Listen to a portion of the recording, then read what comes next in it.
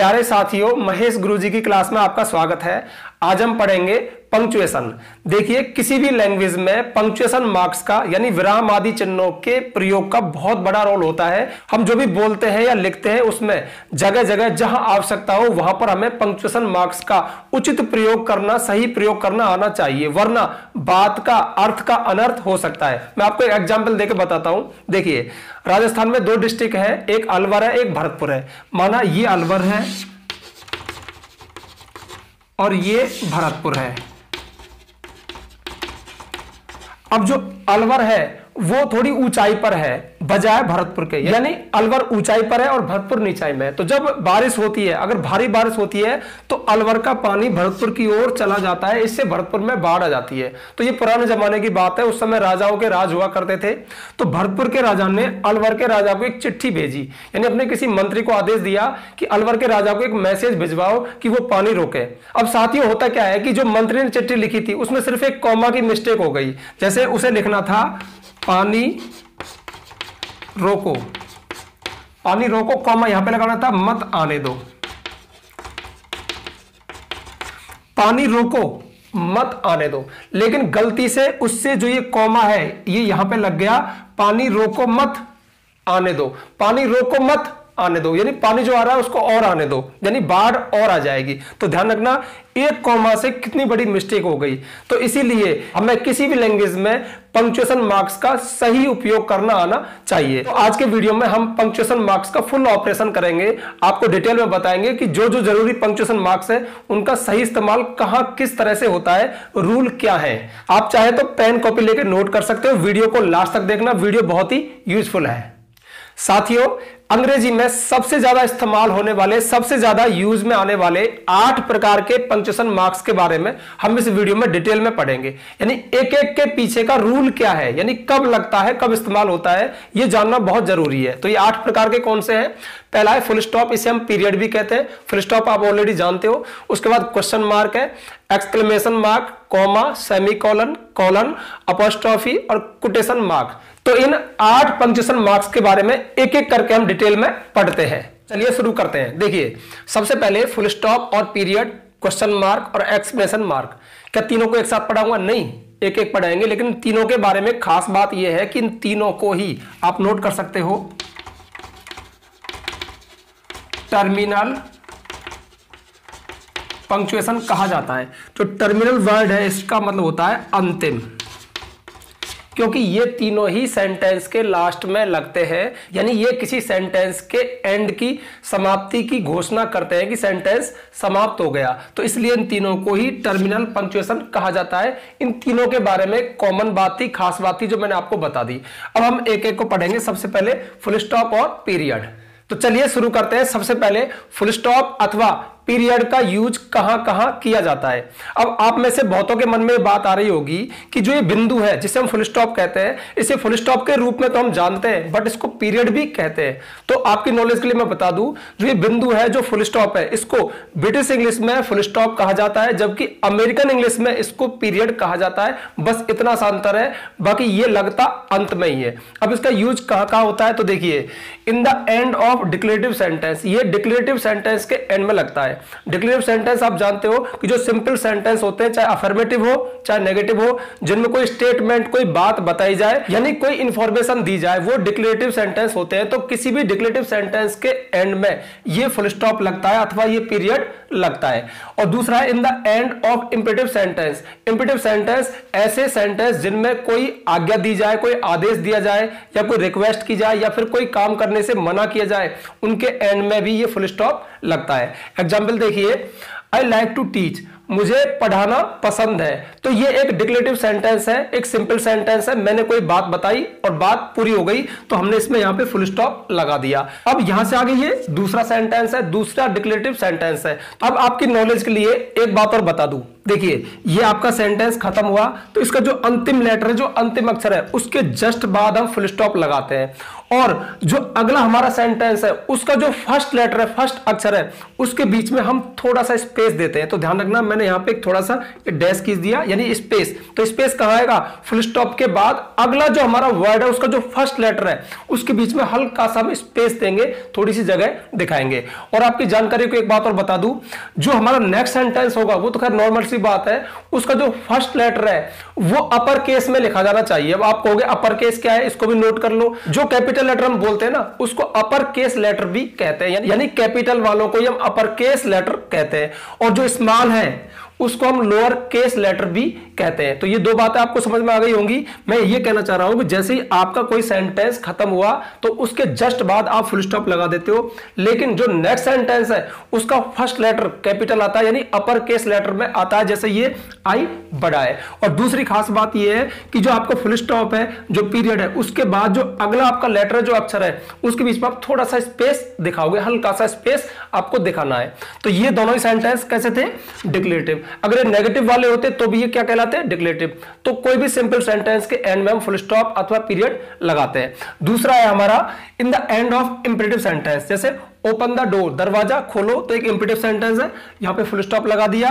Don't disturb me, मुझे परेशान मत करो, यहां पे हमने फुल स्टॉप लगा दिया। तो फुल स्टॉप अथवा पीरियड का यूज आपको समझ में आ गया होगा।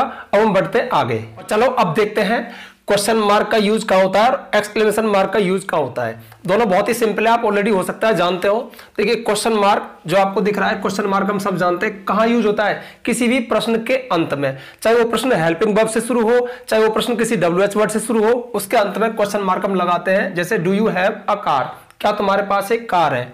और व्हाट आर यू डूइंग, आप क्या कर रहे हो, तुम क्या कर रहे हो? तो ये क्वेश्चन मार्क हमने लगा दिया। तो दुनिया के किसी भी प्रश्न के अंत में क्वेश्चन मार्क आएगा। यहां पर मैं आपको एक नोट करने वाली जानकारी और दे दूं। माना आप कोई टेक्स्ट पढ़ रहे हो, आप कुछ भी पढ़ रहे हो, कोई स्टोरी पढ़ रहे हो, उसमें किसी सिंपल सेंटेंस में भी, यानी कि जो हेल्पिंग वर्ब से शुरू ना हो और WH वर्ड से भी शुरू ना हो, उसमें भी अगर आपको क्वेश्चन मार्क मिले तो वो भी एक प्रश्न होता है। जैसे सामान्य बोलचाल में हम कहते हैं तुम जा रहे हो, यानी मैं कह रहा हूं यू आर गोइंग, तुम जा रहे हो, एक डिक्लेरेटिव सेंटेंस है, फुल स्टॉप आना चाहिए। लेकिन अगर मेरा बोलने का भाव ये तुम जा रहे हो यानी मैं पूछ रहा हूं, तो ध्यान रखना इस कथन में भी एक डिक्लेरेटिव सेंटेंस जैसा प्रतीत होने पर भी एक क्वेश्चन मार्क आ सकता है, क्योंकि उसका जो भाव है वो पूछने का है। तुम जा रहे हो इसका मतलब पूछ रहा है, वो कहेगा हाँ या ना। तो इस तरह से इस बात को भी आप ध्यान रखना। नेक्स्ट देखिए एक्सक्लेमेशन मार्क। अब एक्सक्लेमेशन मार्क होते हैं विस्मयादि बोधक चिन्ह। इसको अगर आप याद रखना चाहें तो ये उल्टा आई जैसा लगता है। तो ये कब होता है? जब भी हम गुस्सा, भय, खुशी या आश्चर्य प्रकट करें। तो मैंने लिखा है टू शो इमोशंस, यानी इमोशंस अपनी भावनाओं को प्रकट करने के लिए, एंड आफ्टर इंटरजेक्शंस। इंटरजेक्शंस आप जानते हो, विस्मयादि बोधक शब्द, ऐसे शब्द जिनसे विस्मय, आश्चर्य, खुशी, दुख, दर्द प्रकट हो। एग्जाम्पल देखिए, आई एम फ्री नाउ, मैं अब फ्री हूं। अब बहुत से बच्चों के दिमाग में कंफ्यूजन ये रहता है कि अगर एक एक्सक्लेमेशन मार्क लगा है तो वो एक्सक्लेमेटरी सेंटेंस में ही है और उसमें कोई इंटरजेक्शन जरूर होगा। ये कतई जरूरी नहीं है। बोलचाल में भी हम कई बातों में, यानी सेंटेंस आपको देखने में डिक्लेरेटिव जैसा लगेगा, उसमें कोई भी इंटरजेक्शन नहीं लगा होगा, लेकिन फिर भी उसमें एक एक्सक्लेमेशन मार्क होता है, विस्मयादि बोधक चिन्ह होता है। क्यों? क्योंकि उस बात में कोई आश्चर्य, खुशी, दुख या आश्चर्य या गुस्सा, भय प्रकट किया गया होता है। जैसे आई एम फ्री नाउ, मैं फ्री हूं, मतलब मैं बोल रहा हूं आई एम फ्री नाउ, मैं फ्री हूं, इसका मतलब मुझे खुशी हो रही है कि मैं फ्री हो गया। तो इसलिए मैंने यहां पे एक्सक्लेमेशन मार्क लगाया, विस्मयादि बोधक चिन्ह लगाया। अगर इसी बात को मैं ऐसे कहता मैं फ्री हूं, मतलब सामान्य बताता, सामान्य की स्टेटमेंट देता, तो इसी में फुल स्टॉप आ जाता। लेकिन इसी बात को मैंने खुशी के साथ कहा आई एम फ्री नाउ, तो मैंने यहां पे एक्सक्लेमेशन मार्क लगाया। नेक्स्ट देखिए वाव। अब वाव क्या है? एक इंटरजेक्शन है, एक विस्मयादि बोधक वर्ड है। तो वाव के बाद अपन ने ये एक्सक्लेमेशन मार्क लगाया। व्हाट अ ब्यूटीफुल हाउस, कितना सुंदर घर है। तो इसमें हम क्या कर रहे हैं? एक आश्चर्य प्रकट कर रहे हैं। इस सेंटेंस के अंत में हमने ये एक्सक्लेमेशन मार्क लगाया। तो ये आपको क्लियर हो गया होगा। अब हम देखते हैं कॉमा, सेमीकोलन और कॉलन, इन तीनों को मैंने एक ग्रुप में लिखा है क्योंकि ये तीनों ही पॉज। देखिए हम किसी सेंटेंस को पढ़ रहे हैं या किसी सेंटेंस को लिख रहे हैं, तो पढ़ते वक्त या लिखते वक्त जो हम एक पॉज लें, यानी थोड़ा रुके, थोड़ा रुक करके फिर हम आगे बढ़ जाएं, तो फिर इन तीनों का प्रयोग किया जाता है। अब तीनों ही एक पॉज लेते हैं। तीनों का मतलब है किसी सेंटेंस के बीच में थोड़ा रुकना। ठीक है, अब इन तीनों को पढ़ाने से आपको थोड़ी सी जानकारी मैं दे दूं। देखिए कॉमा में सबसे कम रुका जाता है, सबसे थोड़ा पॉज लिया जाता है, उससे अधिक सेमी कॉलन में लिया जाता है, उससे अधिक कॉलन में लिया जाता है। यानी इसमें हम सबसे ज्यादा रुकते हैं, उससे कम इसमें और उससे कम इसमें। अब सबसे ज्यादा मतलब ऐसा नहीं कि हम 1 आध घंटा रुकते हैं, थोड़ा पॉज लिया जाता है, यानी हम बोल रहे हैं और हल्का सा रुके फिर हम आगे बढ़ जाए। अब इन तीनों की क्या कंडीशन है, इनका यूज कहां कहां होता है, एक एक को हम देखेंगे। तो सबसे पहले देखते हैं यूज ऑफ कॉमा। कॉमा के सबसे ज्यादा यूज है, कुल 4 यूज है। यूज तो ज्यादा थे पर मैंने 4 में ही सबको कवर कर दिया, एक एक को आप देखते चले जाइए। सबसे पहला है separate items in a list. किसी लिस्ट में कोई आइटम है अलग अलग, उनको सेपरेट करना, अलग अलग करना। जैसे एग्जांपल देखिए, आई बॉट, मैंने खरीदा था, तो जो जो सामान खरीदा, जो जो लिस्ट है उसमें से हर सामान के बाद एक कॉमा आएगा। जैसे I bought sugar, comma milk, comma a shop, comma and butter, और बटर खरीदा। तो देखिए 1 2 3 ये 4 चीज है, तो चारों के बीच में हमने कॉमा लगाया। अब इसमें एक खास बात और ध्यान रखना, देखिए आपका जो अंतिम लेटर है उसके जस्ट बाद कॉमा आएगा, और जो आप अगला वर्ड लिखोगे उसके फर्स्ट लेटर के बीच पे यहां पे आप थोड़ा सा स्पेस दोगे, लेकिन इस कॉमा के और इस लेटर के बीच में कोई स्पेस नहीं आएगा। और एक दूसरी बात याद रखना, जैसे आपके 4 आइटम है तो 3 आइटम में तो आप कॉमा कॉमा लगाओगे, और चौथा आइटम जो है लास्ट वाला आइटम, चौथे से मतलब नहीं, लास्ट वाले आइटम से पहले हम एंड लगाते हैं। आपको पता है ना, Ram comma Mohan comma Shyam comma and Dinesh. अब यहां पे ध्यान रखना, जो आप लास्ट वाले आइटम से पहले एंड लगाओगे उससे पहले भी कॉमा आएगा। अब इसके बारे में बात यह है कि बहुत से लोग इसका यूज करते हैं और बहुत से लोग यूज नहीं करते हैं। अगर आप इसका यूज नहीं भी करें तो भी चलेगा, बट ग्रामेटिकल तरीके से अगर आप इसका यूज करें तो बेहतर होगा। नेक्स्ट देखिए, why don't you go to school, तुम स्कूल क्यों नहीं जाते हो, कॉमा। टेक क्लास, क्लास क्यों नहीं लेते हो, comma. And learn new things, और नई चीजों के बारे में क्यों नहीं सीखते हो। तो ये take class, learn new things, ये क्या है, ये वर्ब फ्रेजेज है। नहीं, वर्ब के फ्रेजेज है। तो अगर सेंटेंस में आपको लगे कि सेंटेंस टूट रहा है, एक वर्ब फ्रेज दूसरा आ रहा है, दूसरे एक्शन के बारे में बताया जा रहा है, तो भी आप कॉमा का यूज करें। इसके बाद नेक्स्ट है सेपरेट सेंटेंस एडवर्ब्स, यानी अगर किसी सेंटेंस में सेंटेंस एडवर्ब आए हैं तो उनको अलग करने के लिए कॉमा का यूज करते हैं। और ये वर्ड है अनफॉर्चुनेटली, फ्रैंकली, होपफुली, सैडली। जैसे unfortunately he miss the train, हम अपनी राय दे रहे हैं कि दुर्भाग्य से उसकी ट्रेन निकल गई। तो दुर्भाग्य से जो अनफॉर्चुनेटली है, जो एक सेंटेंस एडवर्ब है, इसको आप कॉमा से सेपरेट करोगे, कॉमा से अलग करोगे। Unfortunately he miss the train, तो यहां पे आपने कॉमा लगाया। नेक्स्ट फ्रैंकली, फ्रैंकली मतलब एकदम फ्रैंक तरीके से, आई एडमिट, मैं स्वीकार करता हूं, दैट आई स्मोक, कि मैं धूम्रपान करता हूं। तो देखिए जो फ्रैंकली जो वर्ड है, इससे किसके बाद हमने कॉमा लगाया, उसके बाद हमने हमारा सेंटेंस लिख दिया। नेक्स्ट देखिए बिफोर कंजक्शंस, ध्यान रखना, यदि आप 2 इंडिपेंडेंट क्लोज को किसी कंजक्शन से जोड़ रहे हो तो उस कंजक्शन से पहले कॉमा आता है। जैसे आई लाइक राम, मैं राम को पसंद करता हूं, but he did not, sorry यहां पे डज आएगा, प्रेजेंट आएगा ना, but he does not like me, लेकिन वह मुझे पसंद नहीं करता है। तो ये एक इंडिपेंडेंट क्लॉज है, ये एक इंडिपेंडेंट क्लॉज है। अब इनको हमने जोड़ा किसी कंजक्शन से जो कि बट है, जैसे बट हो, एंड हो, सो हो, देयरफॉर हो। तो ध्यान रखना उस कंजक्शन से पहले कॉमा आएगा। अक्सर इस कॉमा को लोग भूल जाते, नहीं लगाते, जो एक गलती है, इस बात का हमेशा ध्यान रखना। नेक्स्ट देखिए after yes, no, dear sir, dear madam, इनके बाद जैसे यस आई टेक टी, हाँ मैं चाय पीता हूं। तो आपने कई बार नोट किया होगा यस या नो, इनके जस्ट बाद एक कॉमा आता है। यदि किसी सेंटेंस में सबसे पहले यस या नो आएंगे, उनके बाद एक कॉमा आता है। यस आई लाइक टी, हाँ मैं चाय पसंद करता हूं। No comma I don't like tea, मैं चाय पसंद नहीं करता। तो यस और नो के बाद हमेशा कॉमा आता है। दूसरा, जैसे आप कोई लेटर वगैरह लिखते हो तो डियर सर या डियर मैडम या सर या मैडम, उसके बाद कॉमा लगता है। अब इस कॉमा के बारे में खास बात यह है कि आजकल मॉडर्न इंग्लिश में इस कॉमा का यूज कम कर दिया है या बंद कर दिया है। अगर आप गलती से सर या मैडम के बाद कॉमा ना भी लगाए तो चलेगा, कोई खास बात नहीं है। तो ये मैंने आपको कॉमा के सारे यूज बता दिए। अब देखते हैं यूज ऑफ सेमीकोलन। सेमीकोलन का यूज क्या होता है, ये बात मैं आपको बता चुका हूं कि कॉमा में सबसे कम समय लगता है, उससे अधिक सेमीकोलन में लगेगा। तो देखिए ध्यान रखना, to join 2 related independent clause, 2 independent clause को जोड़ने के लिए, यानी आपस में जुड़े हुए ऐसे 2 सेंटेंस जिनमें आपस में गहरा कनेक्शन हो, उनको जोड़ने के लिए हम एक सेमीकोलन का यूज कर सकते हैं। जैसे 2 सेंटेंस आपके सामने हैं, I like to read novels, मुझे नॉवेल्स पढ़ना अच्छा लगता है। My brother likes to read short stories, मेरे भाई को शॉर्ट स्टोरीज पढ़ना पसंद है। तो ये सेंटेंस ये दोनों आपस में जुड़े हुए हैं, अर्थात दोनों एक जैसी बात कर रहे हैं। तो देखिए I like to read novels, मुझे नॉवेल्स पढ़ना अच्छा लगता है, सेमीकोलन का यूज मैंने कर दिया। My brother likes to read short stories, मेरे भाई को शॉर्ट स्टोरीज पढ़ना पसंद है। तो ध्यान रखना ऐसी दो बातें जो आपस में रिलेटेड हो, यानी दो इंडिपेंडेंट क्लाउज को जोड़ने के लिए हम सेमीकोलन का यूज कर सकते हैं। अब एक खास बात ध्यान रखना, आपका एक सेंटेंस पूरा होने के बाद सेमीकोलन लगेगा, उसके बाद जो नेक्स्ट सेंटेंस होगा उसका फर्स्ट लेटर स्मॉल ही आएगा, छोटा आएगा। लेकिन अगर वो कोई नाम है, ठीक है, कोई प्रॉपर नाउन है, किसी व्यक्ति का नाम है, तो फिर कैपिटल ही आएगा। लेकिन यहां पर जो माई है, तो माई जो वर्ड है वो किसी का नाम नहीं है, तो ये स्मॉल है। अगर कोई नाम होता, जैसे दिनेश, मुकेश, ऐसा कोई नाम होता, तो उसका जो फर्स्ट लेटर है वो कैपिटल आता। अब ये बात तो आपको क्लियर हो गई, लेकिन यहां पे एक बहुत ही इंपॉर्टेंट बात मैं आपको बताने जा रहा हूं। देखिए,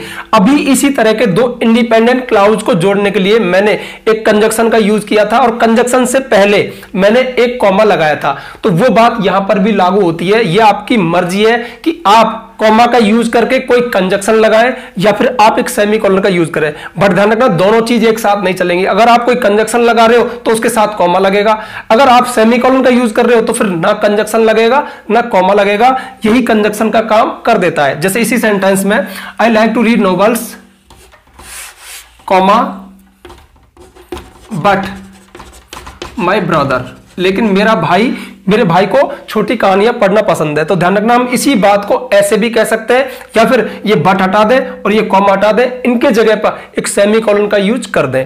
अब नीचे ये क्या है, कॉमा का एक यूज, एक बहुत खास बात मैं बताना भूल गया था, वो अब सुन लीजिए। देखिए, ये 5 मतलब यूज 5, 4 तो मैंने आपको बता दिए थे। तो इसमें as I open the door एक डिपेंडेंट क्लाउज है, एक सबऑर्डिनेट क्लाउज है, और आई सा अ स्नेक एक इंडिपेंडेंट क्लास है, या हम कह सकते हैं कि एक मेन क्लास है। तो ध्यान रखना, जब भी आप किसी इंडिपेंडेंट क्लास को डिपेंडेंट क्लास को जोड़ने जा रहे हो तो उसमें खास रूल काम करता है। वो रूल ये है कि अगर आपने डिपेंडेंट क्लास को पहले लिखा है और मेन क्लास को या फिर इंडिपेंडेंट क्लास को बाद में लिखा है, तो फिर आप उनके बीच में एक कॉमा का यूज करेंगे। तो कॉमा का जो 5वां नंबर का यूज है, बहुत खास यूज है, यहां होता है। लेकिन ये बात उल्टी हो जाएगी, ध्यान रखना कब, अगर आपने एक इंडिपेंडेंट क्लास को पहले रख दिया और डिपेंडेंट क्लास को बाद में रखा है, यानी सबऑर्डिनेट क्लास को बाद में रखा है, तो फिर बीच में कॉमा का यूज नहीं होगा। जैसे as I open the door, हमारा ये डिपेंडेंट क्लास पूरा हुआ, हमने कॉमा लगाया। आई सा अ स्नेक, मैंने एक सांप देखा, तो जैसे ही मैंने दरवाजा खोला मैं रुका, एक कॉमा लगाया, मैंने एक सांप देखा। लेकिन आई सा अ स्नेक, मैंने एक सांप देखा, as I open the door, जैसे ही मैंने दरवाजा खोला, इन दोनों सेंटेंस को मैंने एक साथ चलते हुए बोला,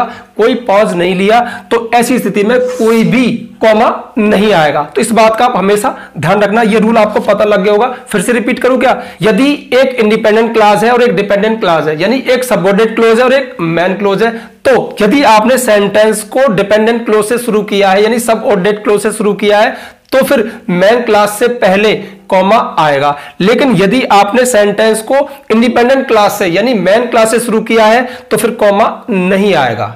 अब हम देखते हैं यूज ऑफ कॉलन। कॉलन का यूज क्या होता है, हमारा तीसरा पॉज, पहला कॉमा था, दूसरा सेमीकोलन और तीसरा कॉलन। तो देखिए, इसका पहला यूज है बिफोर अ कोटेशन, किसी कोटेशन से पहले, किसी उद्धरण से पहले, किसी के द्वारा कही गई बात से पहले, जो कि हम डायरेक्ट स्पीच में लिखते हैं ना, जैसे राम ने कहा, और जो कहा वो इन्वर्टेड कॉमाज में आता है, वो मैं आपको बता दूंगा इन्वर्टेड कॉमा क्या होते हैं। जैसे ये इन्वर्टेड कॉमाज है, लेकिन जिसने कहा उसके बाद हम इस कॉलन के चिन्ह का यूज करते हैं। इसके स्थान पर आप चाहे तो एक कॉमा भी लगा सकते हैं, यानी जरूर नहीं कि आप कॉलन लगाएं, आप चाहे तो जैसे ये कॉमा लगा दीजिए, ये भी चलता है, या फिर आप इस कॉलन का यूज कर सकते हैं।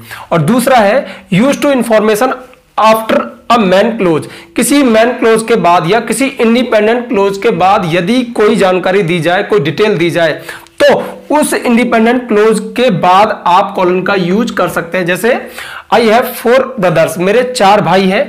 अब यहां पे ये एक सेंटेंस पूरा हुआ, एक मेन क्लास है, एक इंडिपेंडेंट क्लास है।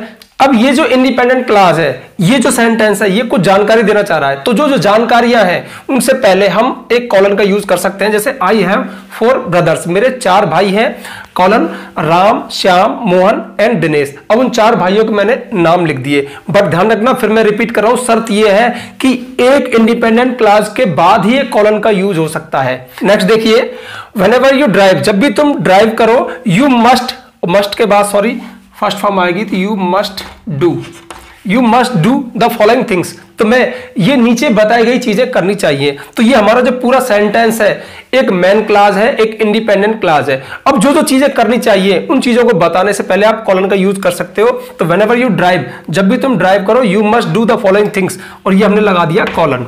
वियर अ सीट बेल्ट, एक सीट बेल्ट पहनो, and obey the traffic rules, और ट्रैफिक रूल्स का इस्तेमाल करो। अच्छा, एक बात का विशेष ध्यान रखना, जैसे आपने इस कॉलन का यूज किया, कब किया? इससे पहले एक इंडिपेंडेंट क्लास था। अगर इंडिपेंडेंट क्लास नहीं होता तो फिर ध्यान रखना आप इसका यूज भी नहीं कर सकते थे, आप सिर्फ कॉमाओं का यूज करते। जैसे व्हेनेवर यू ड्राइव, जब भी तुम ड्राइव करते हो, you must wear a seat belt, तुम्हें एक सीट बेल्ट लगानी चाहिए, comma, obey the traffic rules, traffic rules का पालन करना चाहिए, कॉमा, फिर आगे जो जो बात है उसको आप लिखते चले जाइए कॉमा का यूज करके। तो ध्यान रखना, एक इंडिपेंडेंट क्लास के बाद ही, उस क्लास के बारे में कोई जानकारी देने से पहले आप कॉलन का यूज करते हो।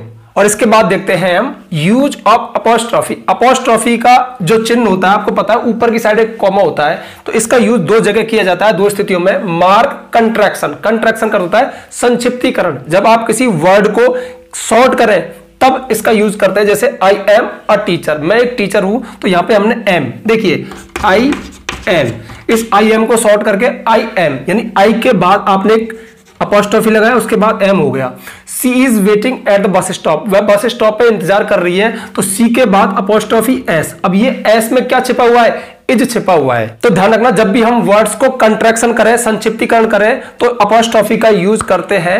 जैसे सेल नॉट को सेंट कहेंगे हम, विल नॉट को वॉन्ट, तो वॉन्ट उसका शॉर्ट हो गया। जैसे ही वाज, तो ही अपॉस्ट्रोफी और एस, इस तरह से। दूसरा यूज देखिए, मार्क पजेशन, पजेशन यानी अधिकार दिखाना, स्वामित्व दिखाना, सबसे ज्यादा यूज इस अर्थ में होता है। जैसे दिस इज राम्स बुक, यह राम की पुस्तक है, तो का की के अर्थ देता है किसी की कोई चीज होना। दिस इज राम्स बुक, यह राम की पुस्तक है। दिस इज राम्स हाउस, यह राम का घर है। दे आर राम्स ब्रदर्स, वे राम के भाई हैं। नेक्स्ट देखिए, इट्स माई बर्थडे, ये मेरा जन्मदिन है, तो देखिए इट्स, इट इज का कंट्रैक्शन क्या हुआ? It's. It's my brothers birthday today, आज मेरे भाई का जन्मदिन, ब्रदर्स भाई का, बर्थडे जन्मदिन, टुडे आज है।